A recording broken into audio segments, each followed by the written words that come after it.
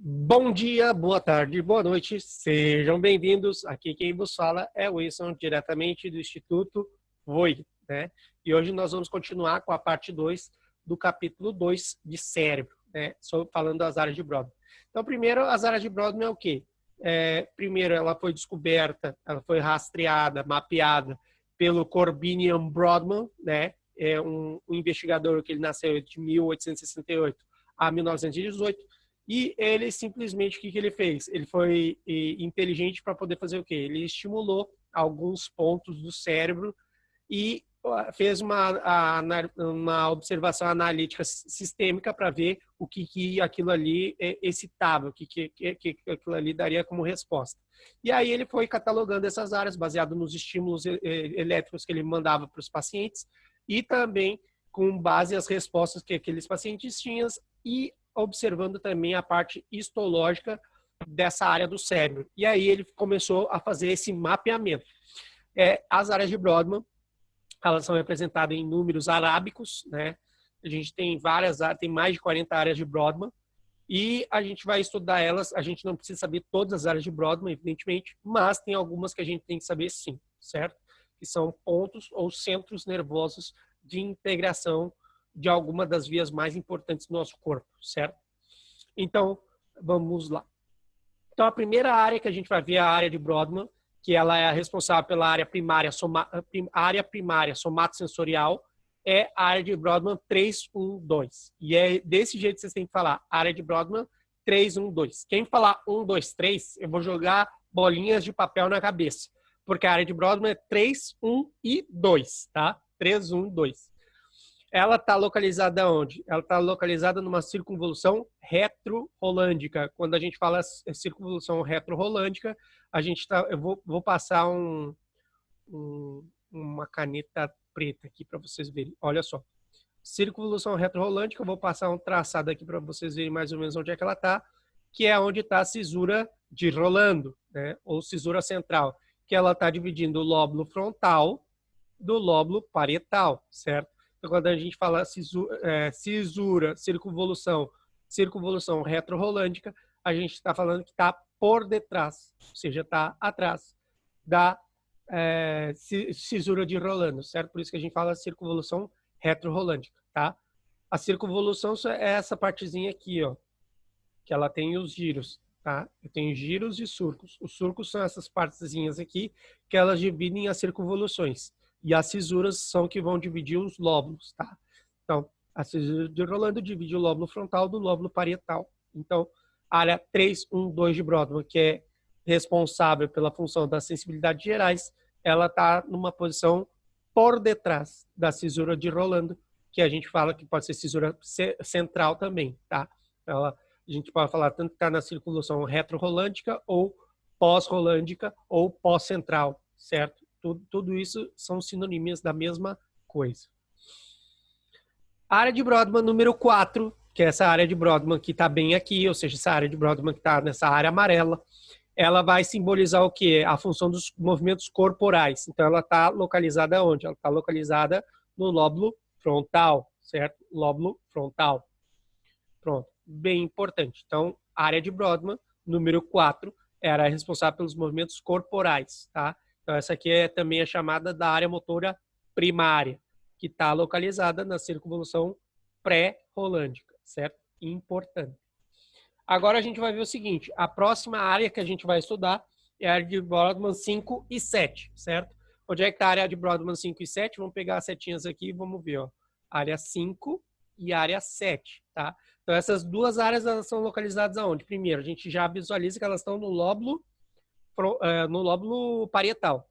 Então, essas áreas estão no lóbulo parietal, a área 5 e 7, ela também é conhecida como a área secundária somatosensorial, ou seja, uma área secundária somatosensorial, e ela também é responsável por integrar os dados generais para permitir o reconhecimento de objetos, certo? Então, quando você fecha teus olhinhos e reconhece um objeto só com meramente tocar os objetos, você está usando as áreas de Brodmann 5 e 7, certo? E isso é importante.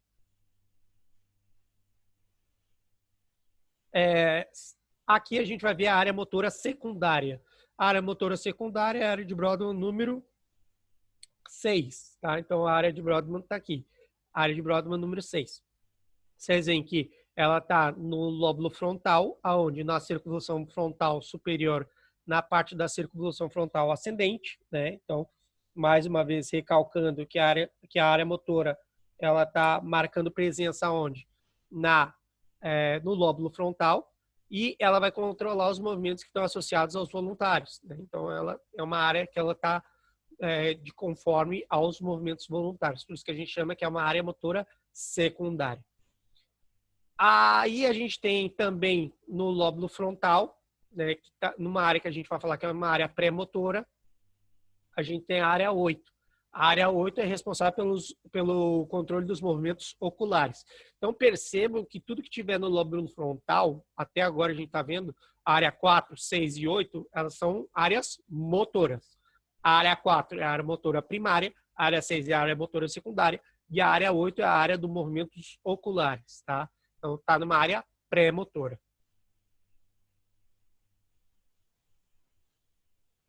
A gente vai ver agora o capítulo 2, continuando, né? A gente vai ver a área de Brodmann 9, 10 e 11. Vamos marcar aqui onde é que estão essas áreas. Ó. Área 9, 10 e 11.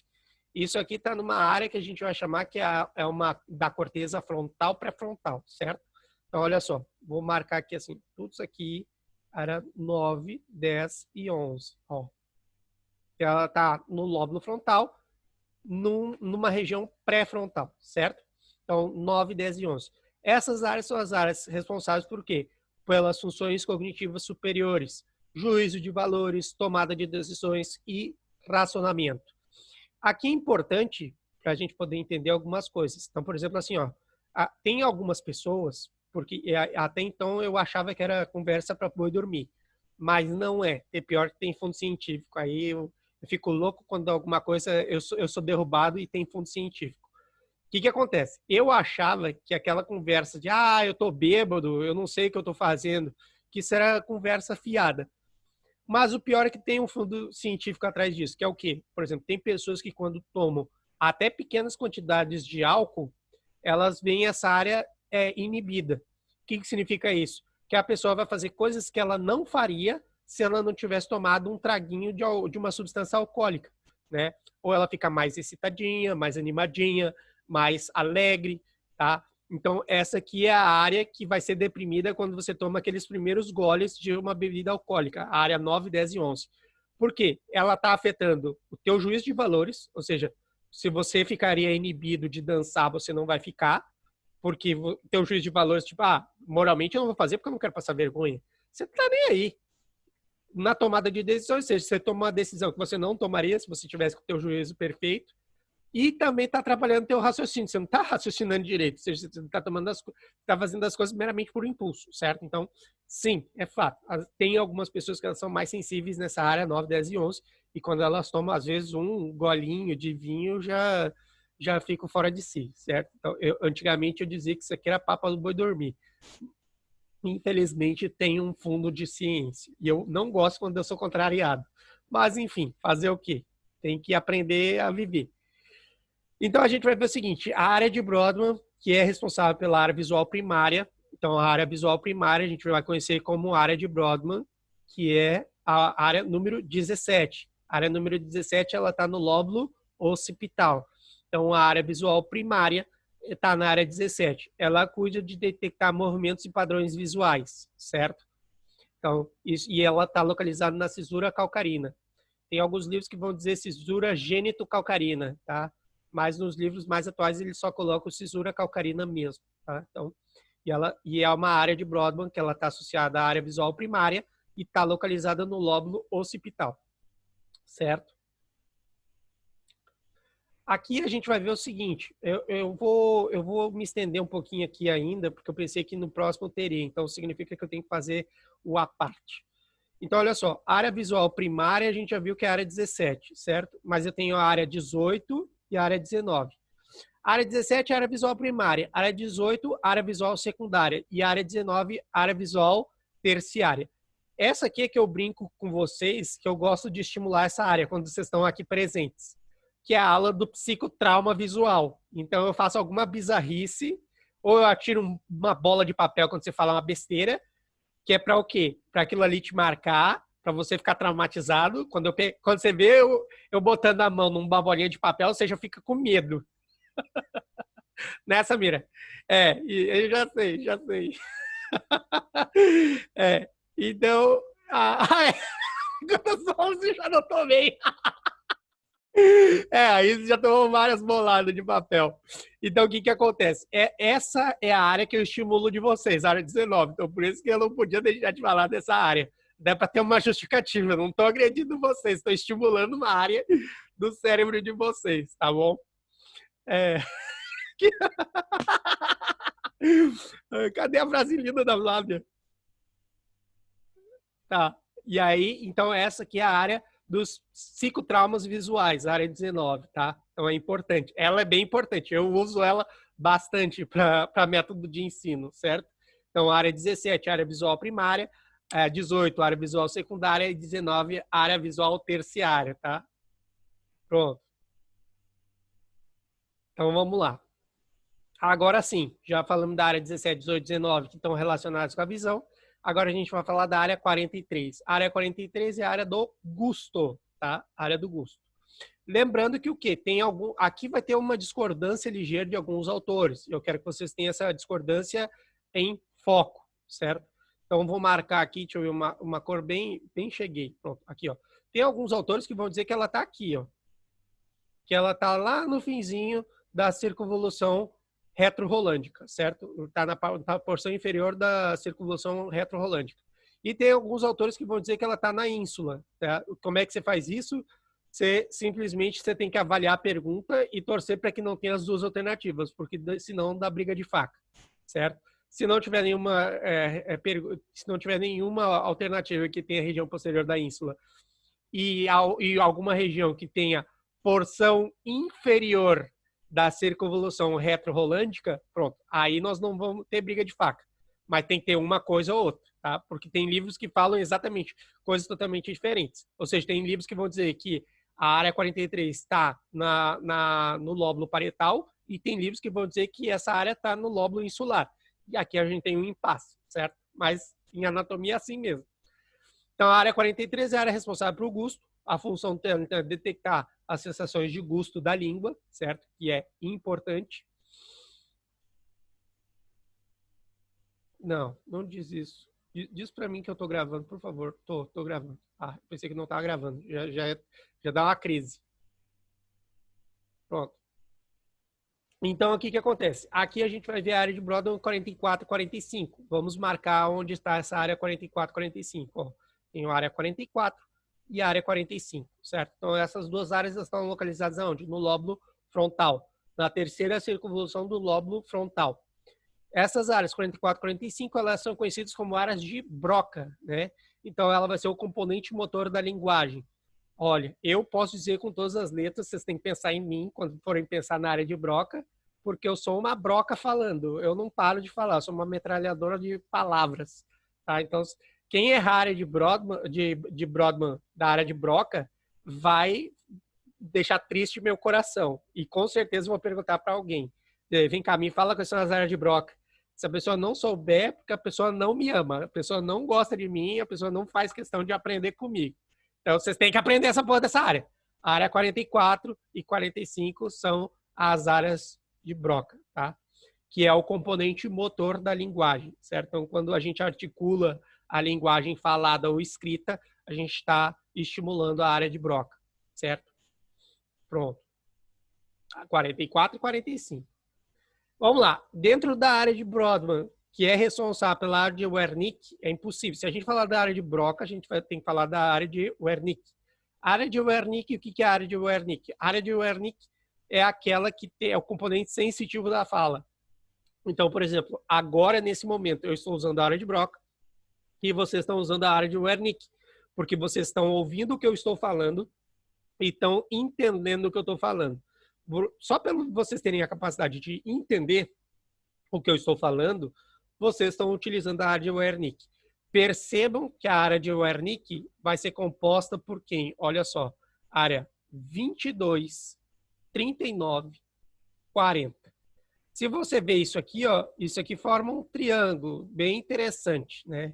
Então, eu vou fazer o triângulo, claro que eu vou fazer o triângulo com a cor que eu amo. Ó. Isso aqui forma um triângulo bem bonitinho, né?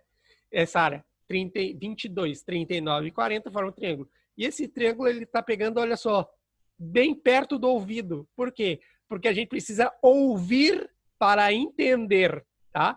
Então, guarda isso aí, 22, 39 e 40. Ela está o quê? Ela está percebendo um estímulo, está recebendo um estímulo auditivo e você está conseguindo fazer a interpretação. Por quê?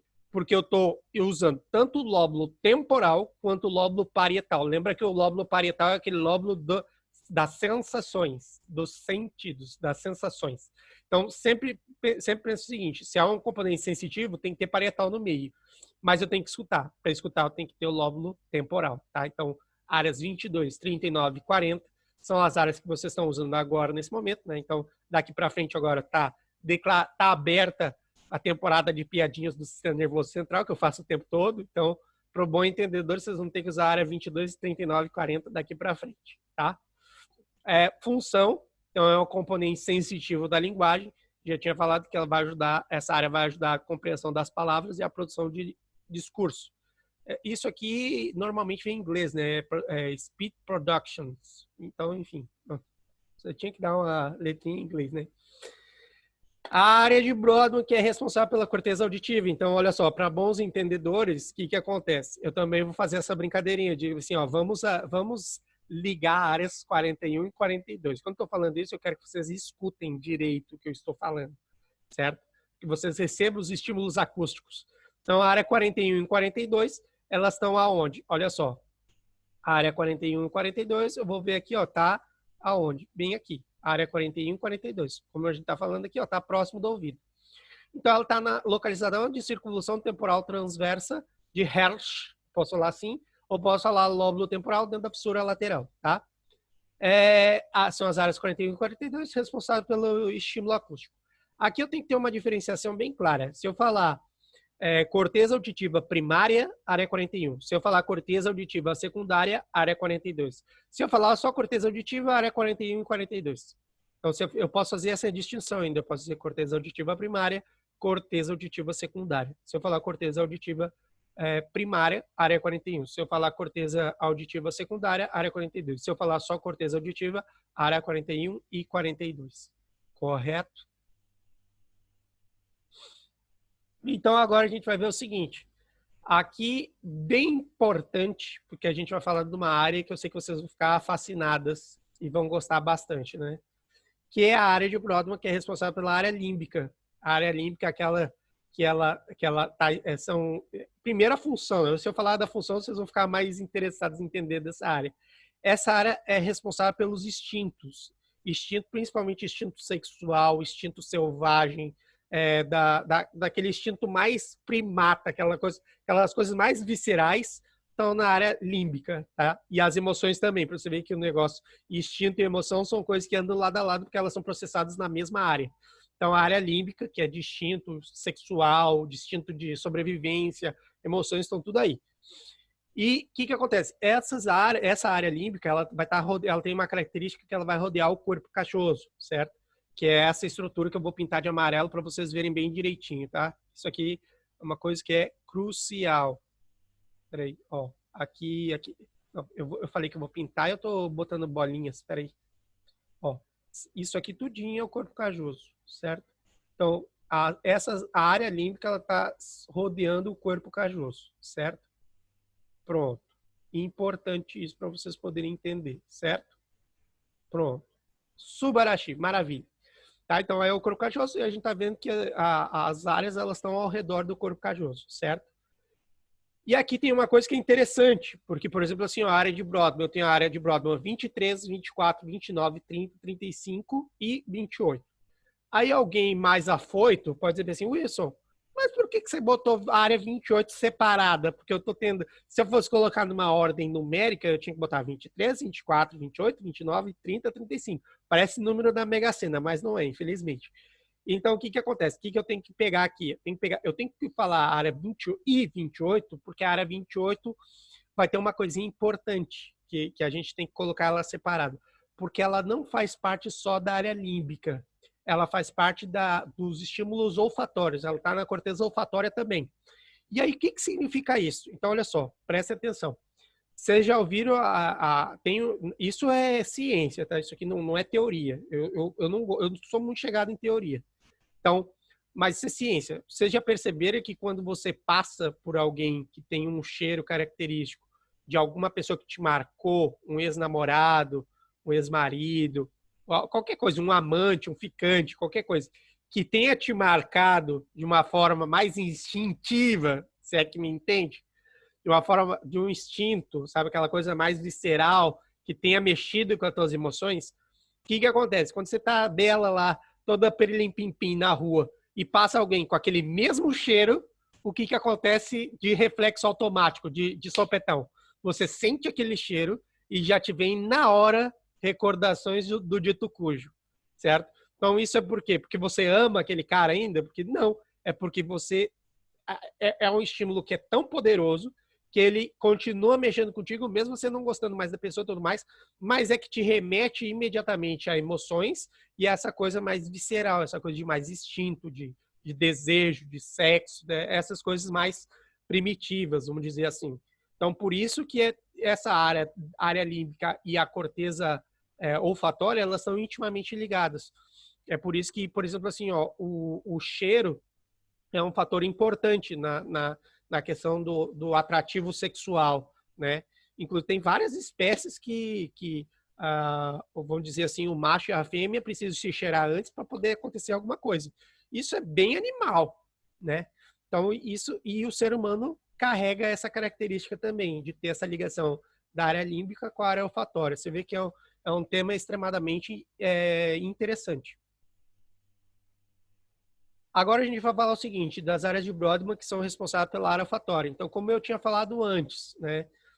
Se vocês verem aqui, olha só, nosso personagem do outro slide, ó, área 28. Porque ela faz parte da área olfatória e também faz parte da área límbica. Por isso que essas duas áreas elas guardam muita relação, a área límbica e a área olfatória. Então, a área olfatória, ela está presente aonde? No lóbulo temporal, que inclui uma área que é a piriforme e a periamigdaloide. Quais são as áreas que a gente tem da área olfatória? 26, 36, 28, 38. A função da área olfatória é a discriminação dos aromas, né? Como a gente estava vendo. E joga um papel importante na parte do instinto. Esse aqui é a imagem do homúnculo cortical. E aí vocês vão dizer, Wilson, meu Deus do céu, não estou entendendo nada. Que diabo é isso? Não sei o que é isso. Não sei do que se trata isso. Pronto. Então, aqui, o que acontece? Aqui a gente tem a representação dos homúnculos corticais, sensitivos e motores. Esse homúnculo, vocês podem ver que eles têm características diferentes, né? Se tratam como se fosse a representação do nosso corpo nas áreas cerebrais, tá? Em outras palavras, para vocês poderem ver de uma forma. Então, por exemplo, assim, ó, vou dar um exemplo seguinte, um exemplo bem bizarro. Faça uma comparação entre as pernas. A perna desse homúnculo sensitivo, vou botar uma setinha aqui para vocês verem. A perna desse homúnculo sensitivo é mais grossa que a do homúnculo motor. Se eu pegar e olhar, eu digo, realmente, é mais grossa. O que significa isso? Que a perna ocupa mais espaço na corteza sensitiva do que na corteza motora. Na corteza motora tem só um pedacinho. O que as pernas vão fazer? Elas precisam da contração dos músculos para poder caminhar. Agora, a quantidade de receptores sensitivos que eu tenho que ter para perceber um estímulo, por exemplo, imagine o seguinte, você está deitadinha numa cama, aí vem alguém e passa uma pluma, a ponta de uma pluma, da ponta do teu dedo até, vamos ficar até a coxa, tá? Para não chegar tão longe.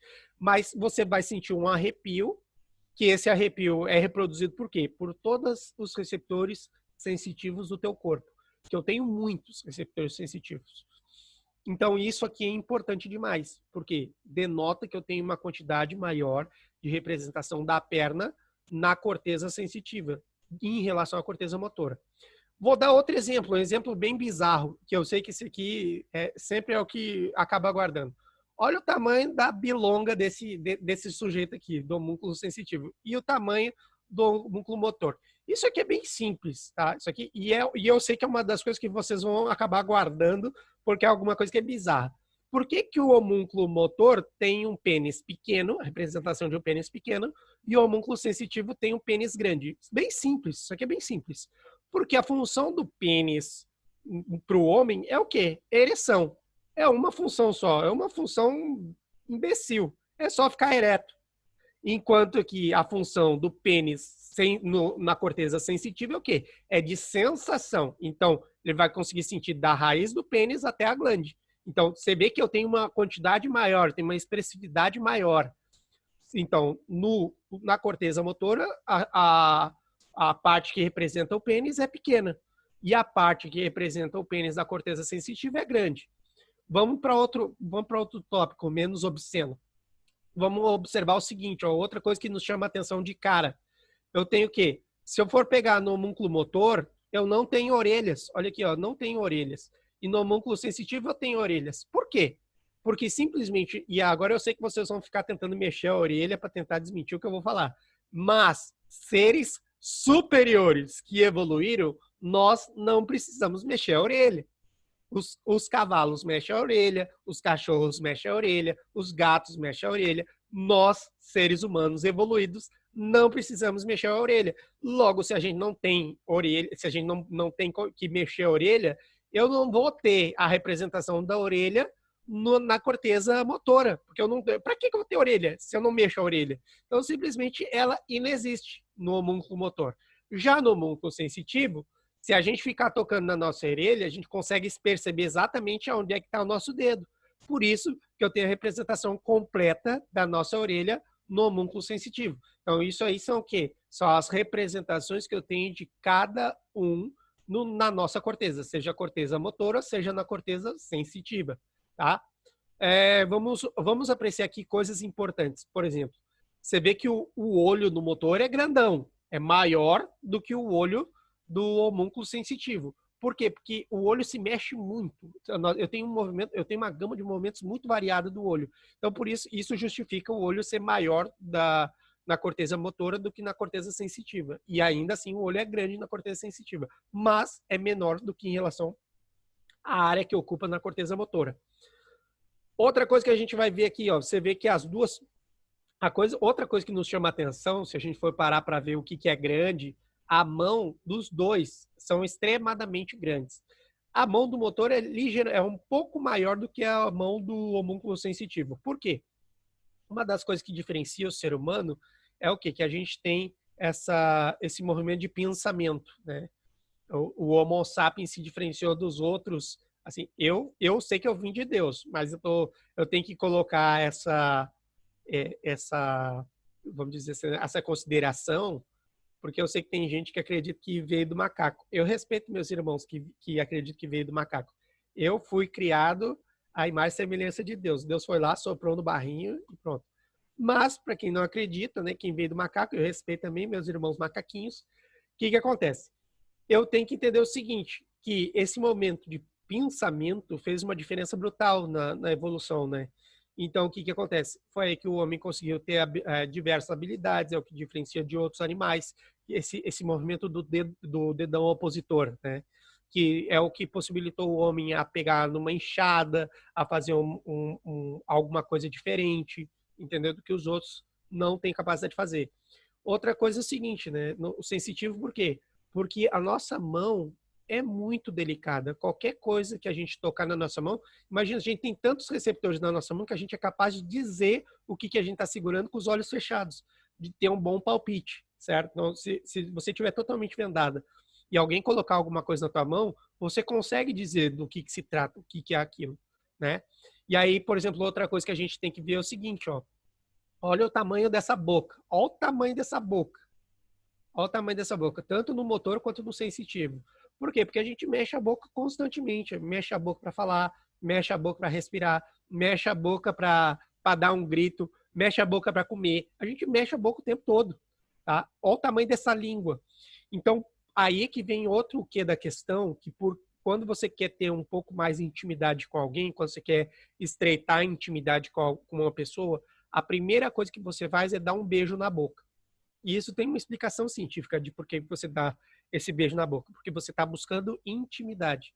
Porque você quer sentir ao máximo o que aquela outra pessoa pode te dar. O que aquela pessoa pode te dar como estímulo. Então você toca. Quando uma boca toca na outra, você está fazendo o quê? Você está estimulando os teus receptores da tua boca e os receptores da outra pessoa. Então, por isso que você tem um bocão, por isso que você tem uma lingona, que é para o quê? Justamente para poder perceber os estímulos externos.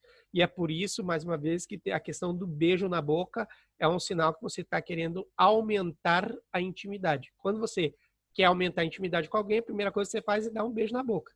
Né? Você dá aquele beijo na boca e pronto. Por quê? Porque você está aumentando a intimidade, está fazendo com que tenha os estímulos sejam mais à flor da pele possível, que você possa sentir a maior quantidade de estímulos possíveis no teu cérebro. E o cérebro, ele é muito, eu vou dizer assim, eu vou falar de uma forma elegante, eu ia falar uma deselegância, mas o cérebro, ele é muito auspicioso e viciado. O que acontece? Quando ele percebe que tem alguma coisa que te faz bem, que é alguma coisa que é boa, ele quer mais.